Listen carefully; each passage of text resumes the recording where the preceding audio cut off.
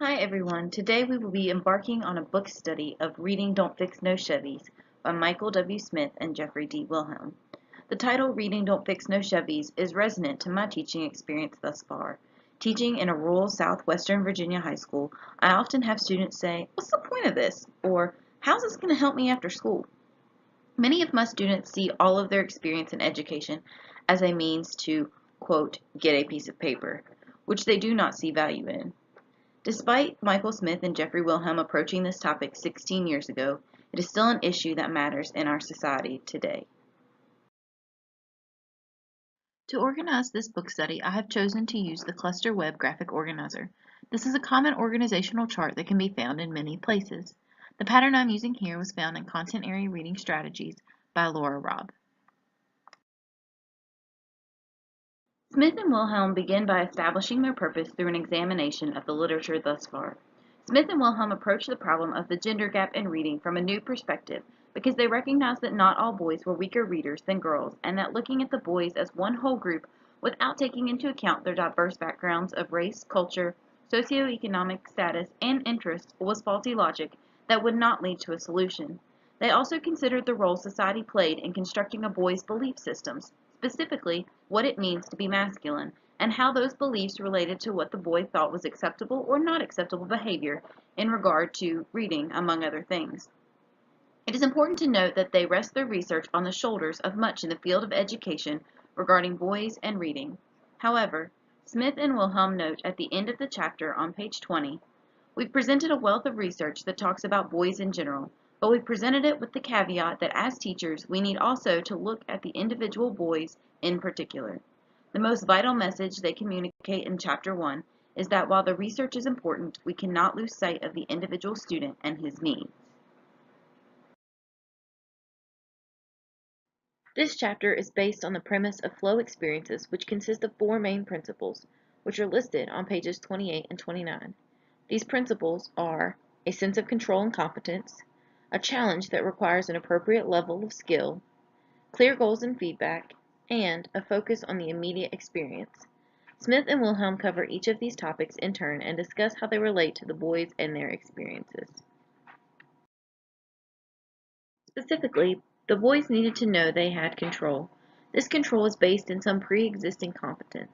They want to continue to learn about and do things that they are good at, which can be a downfall by limiting new interests.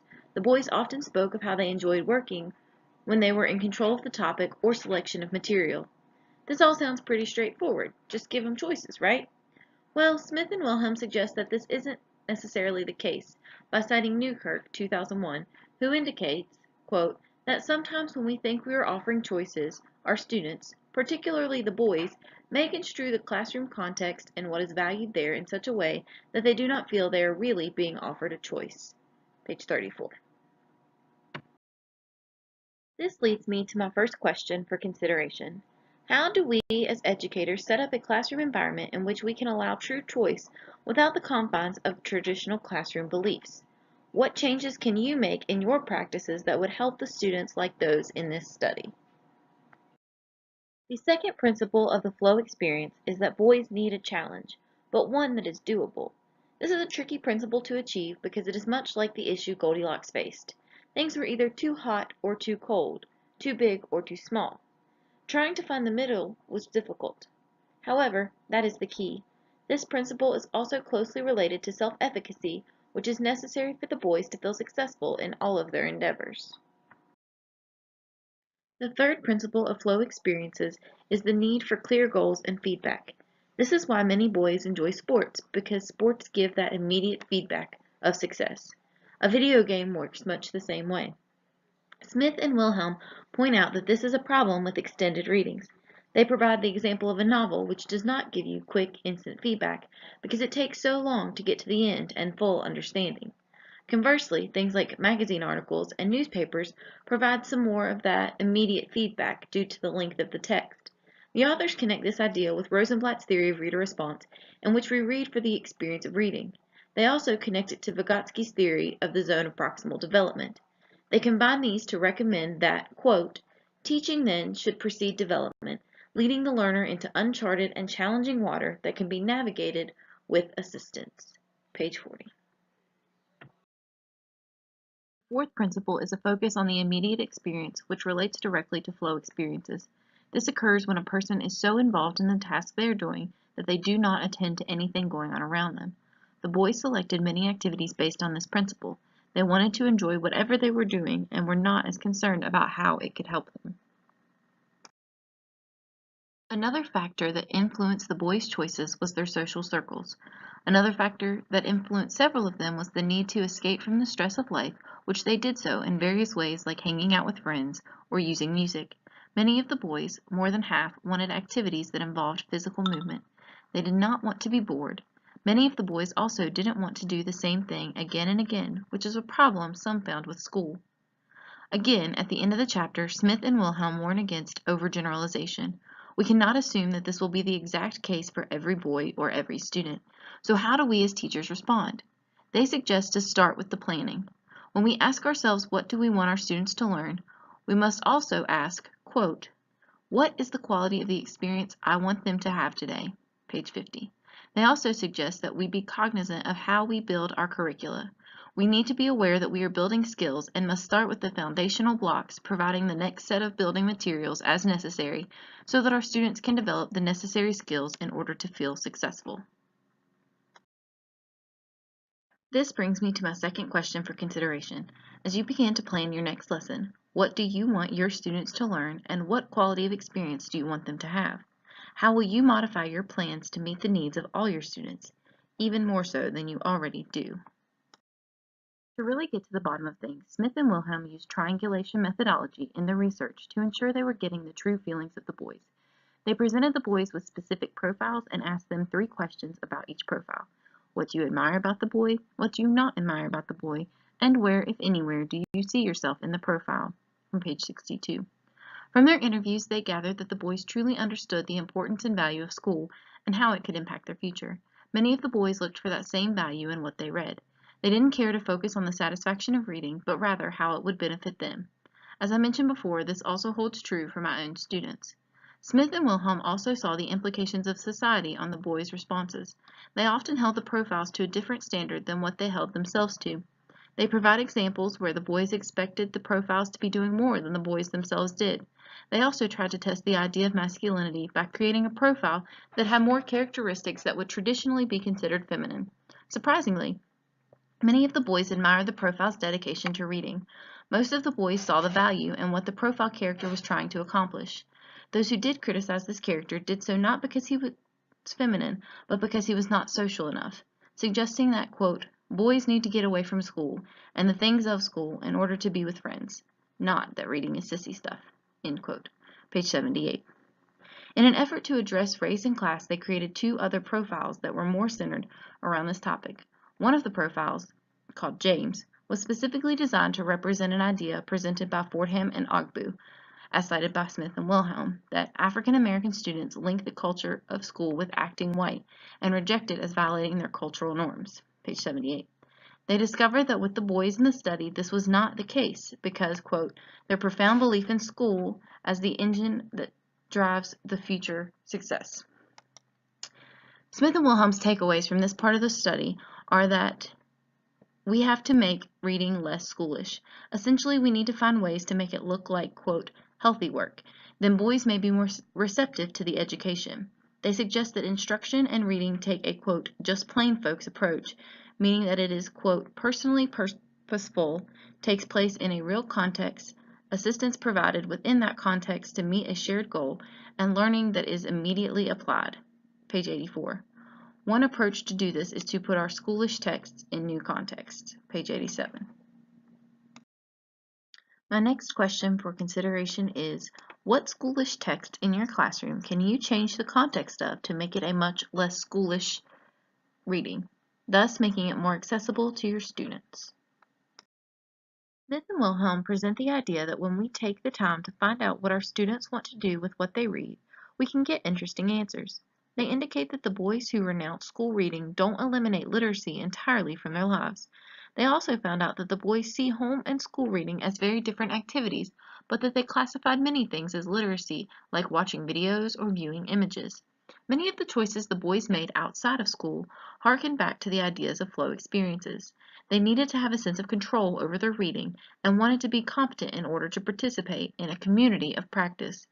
They were also able to assess their progress by success with the subject matter. Smith and Wilhelm also looked to their interviews with the boys to discover what role they believed the teacher should play in their education. Smith and Wilhelm discovered that there is an implicit social contract, which includes 5 features as listed on page 99. They are as follows. 1. A teacher should try to get to know me personally. 2. A teacher should care about me as an individual. 3. A teacher should attend to my interests in some way. 4. A teacher should help me learn and work to make sure that I have learned. 5. A teacher should be passionate, committed, work hard, and know his or her stuff. This list may seem overwhelming in a class of 25 or more, and we as teachers know we strive for these things as much as possible. However, Smith and Wilhelm discovered that doing just one of these things is enough to motivate some of even the more reluctant readers to learn and work harder. It is important to understand the role we play in this and how our actions are directly related to the responses and actions of our students. This brings me to my next question for consideration. Think about your most difficult student, the one who refuses to do work, refuses to read, maybe puts his or her head down, maybe acts out when they feel frustrated. Now, look at the implicit social contract and plan one way in which you can take just one of those steps toward helping that student. Plan to implement this by getting to know the student's likes or dislikes and perhaps incorporating an article in class about their interests, or find another way to reach out to this student. Smith and Wilhelm also identified that the needs of the boys were very specific. For example, they understand exactly what busy work is and, quote, described it with disdain as a form of disrespect to them and their lives. Page 100. This relates to the need to see a purpose in what they are asked to do. They also want hands-on activities that require participation and activity. They need to be challenged just enough to make them stretch. They also desire reading that is problem-solution based. Many of the boys want to work towards solving a problem or finding the solution. It gives them purpose in their work. These boys also need to be able to express themselves and work much harder when given that opportunity, but they feel that is discouraged in school.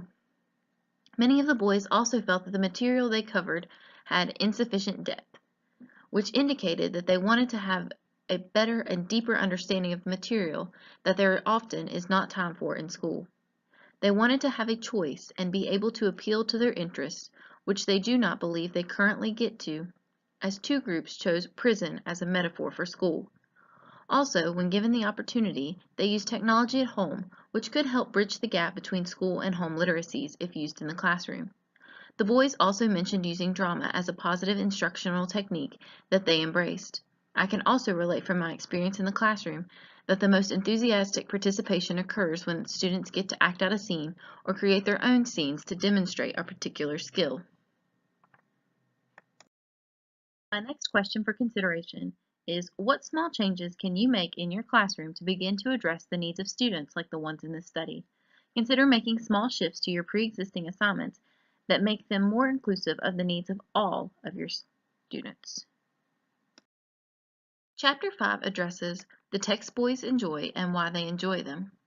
One reason the boys provided as to why they would read was if a significant other gave them a book or someone in their social circle whom they trust. Teachers are expressly not in this category, especially English teachers. The boys do not trust the teachers to be concerned about the student as a person, but expect them to be more concerned about the text. A large portion of the boys indicated that they could relate particularly strongly to villains or underdogs, page 146. They were also significantly more motivated if there was some sort of social connection provided by the literacy activity. When they got to interact with others, they viewed it as fun. A key component of this activity and communication with others is technology. So, what makes a story engaging for these students?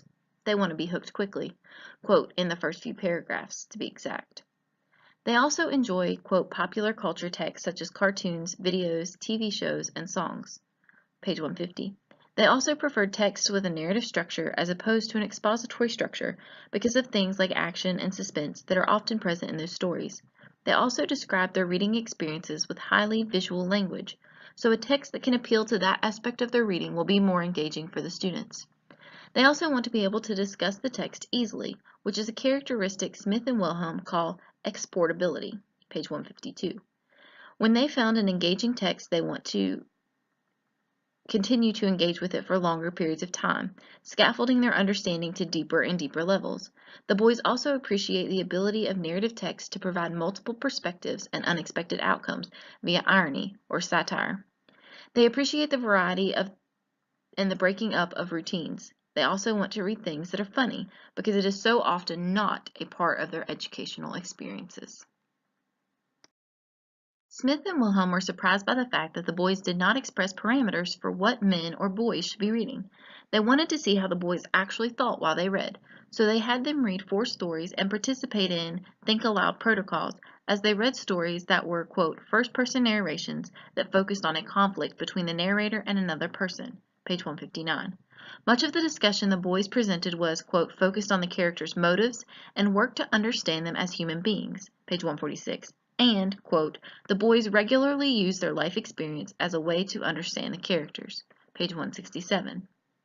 Smith and Wilhelm then provided gentle criticism of our literature instructional practices because, quote, if we condition their task construction with tests that focus on the literal level of stories, or with the identification of literary devices, or with writing that only requires them to repeat what has been said in class discussion, then we can't expect them to evidence the kind of engagement in a story world that makes reading so compelling to so many of us.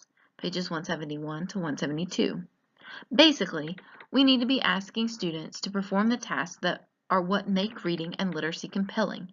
Yes, for some of us, the use of literary devices is fascinating, and the deep meaning that can be found through that type of investigation is intriguing. But for most students, and most readers in general, the joy and engagement comes from appreciating a good story and interacting with the characters in such a way that reminds us that we are human. We have to ask our students to do the right thing that makes sense with reading. My next question for consideration is a question posed by Smith and Wilhelm. Quote, how can we help readers develop relationships with characters? Throughout the book thus far, Smith and Wilhelm have provided general suggestions about ways in which their research relates to the literacy in classrooms everywhere. They are essentially encouraging us to take a step back from schoolish literature and find ways to incorporate literature for all of our students that meets their needs and is purposeful to them. We also have to remember our role in the lives of our students and our role in their education. It is a two-way street, and we must be willing to meet them more than halfway sometimes. They encourage using an inquiry approach because it meets the needs of the flow experience for our students, but they also recognize the challenges that presents. Teachers also have to be cognizant of the text that we select. We must consider, is reading a classic really what is best for our students? And we must consider the length of the text as well. Choice and laughter are also integral parts to the selection. Smith and Wilhelm also remind us that we should front-load or teach all of the competencies before letting the students free to work independently. They need scaffolding and perform better when they feel confident in a subject. The students are also more motivated when reading is a social act, and thus activities related to the reading that encourage a social atmosphere are ultimately more successful. Ultimately, this is a hefty task to tackle at once, but making small changes to each assignment can make significant differences in the lives of some of our most reluctant readers.